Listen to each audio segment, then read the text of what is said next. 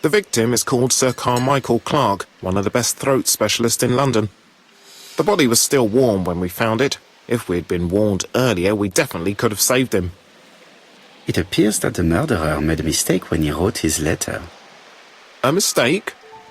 Lucky for him. And what if he did it on purpose? No. He's defined his madcap rules and he's sticking to them. It's a matter of pride for him. Shall we go up to the house, Poirot? You go, my friend. I will come soon.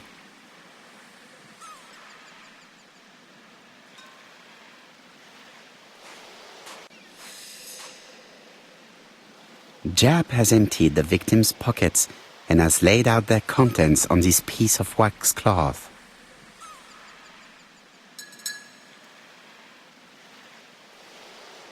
It is pointless.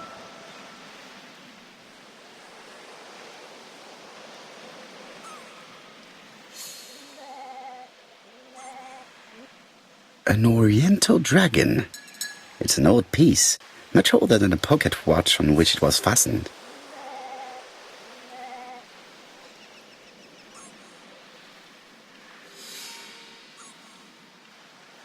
Nothing appears to be missing from this wallet.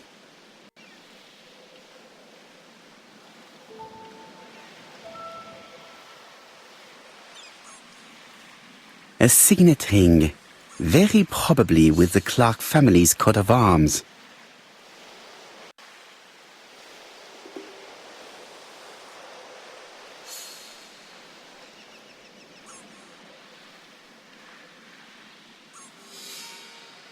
Sir Carmichael's throat was cut. It's a clean incision, a professional murder. The gravel on the path has been sprayed with blood that covers a conical-shaped area, which starts at the body and becomes wider as it moves further from the bush.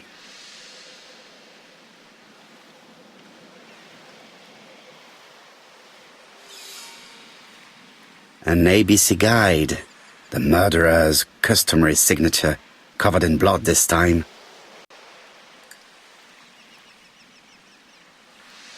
Apart from the wound to the throat, the body is untouched.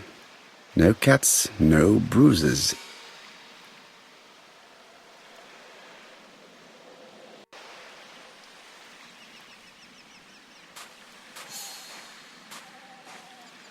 The body is just in front of a bush, one of the only bushes in the surrounding area. The vegetation behind the bush has been trampled. Let us now try and get our brain cells to work.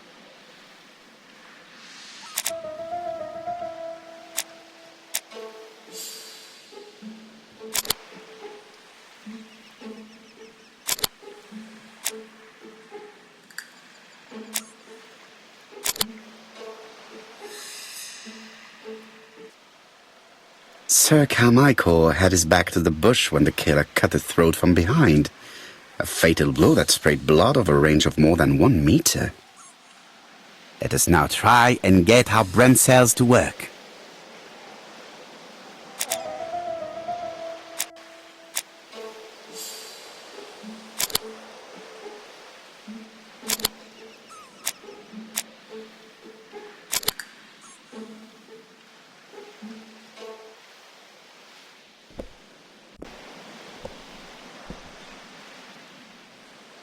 Have you finished, Poirot? Chief Inspector, many questions remain unanswered, but I am certain of one thing. The killer has prepared his crime very carefully. Quite right. He must have known Sir Carmichael's movements well to plan such an attack. The murderer struck with terrible savagery. Yes, blood flowed. It's the first time he's attacked a man. He armed himself accordingly. Have you spoken to the victim's family, Chief Inspector? I've spoken to the brother, Franklin Clark. I didn't get much out of him. He's yours. I must get the body removed.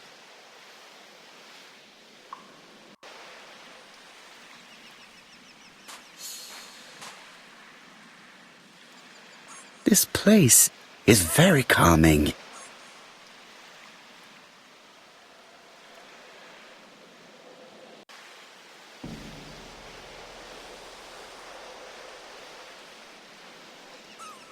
The site is exceptional.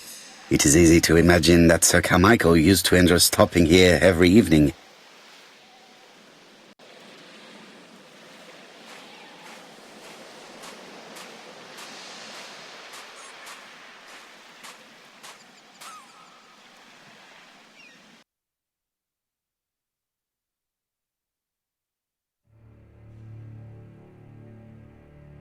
To be honest, this inspector seems rather obtuse. I'm counting on your friend Poirot to catch my brother's murderer. Ah, here he is now. Please, Mr. Poirot. Mr. Poirot, this is my brother's secretary, Miss Thora Gray. Pleased to meet you, Mr. Poirot. Would you like some tea? No, thank you, mademoiselle. I find it hard to digest.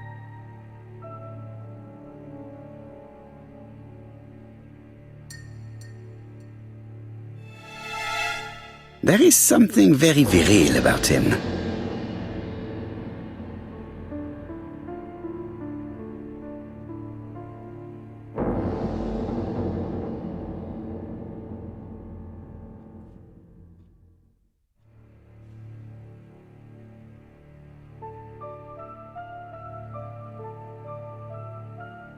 There is something very viril about him.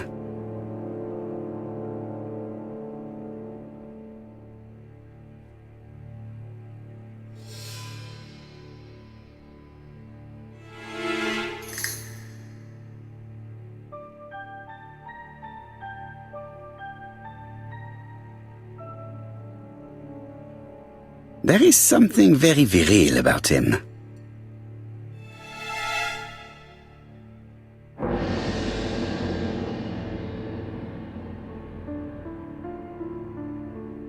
Franklin Clark is an adventurer, the sort of man that women like.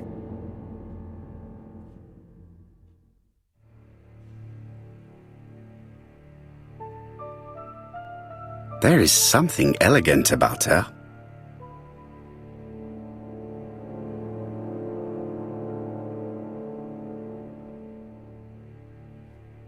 She has good taste, except perhaps in her choice of jewelry. Please excuse me, I have to take care of Lady Clark.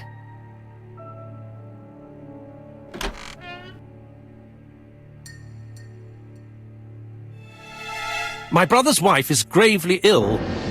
You will probably want to question her, but I fear that it won't be possible today.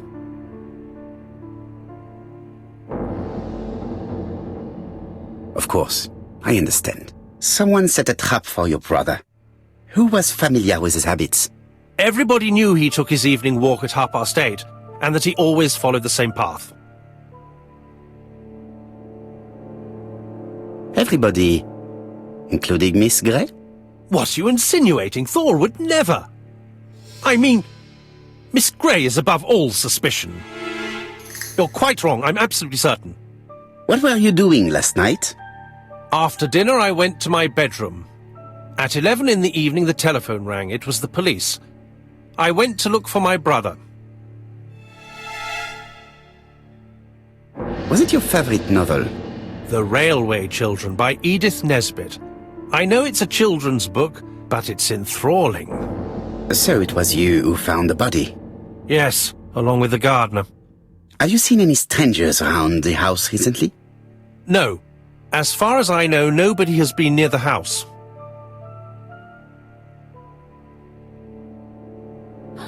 Miss Clark. Oh, Lady Clark must have fallen from her chair. I have to help Miss Gray get her up.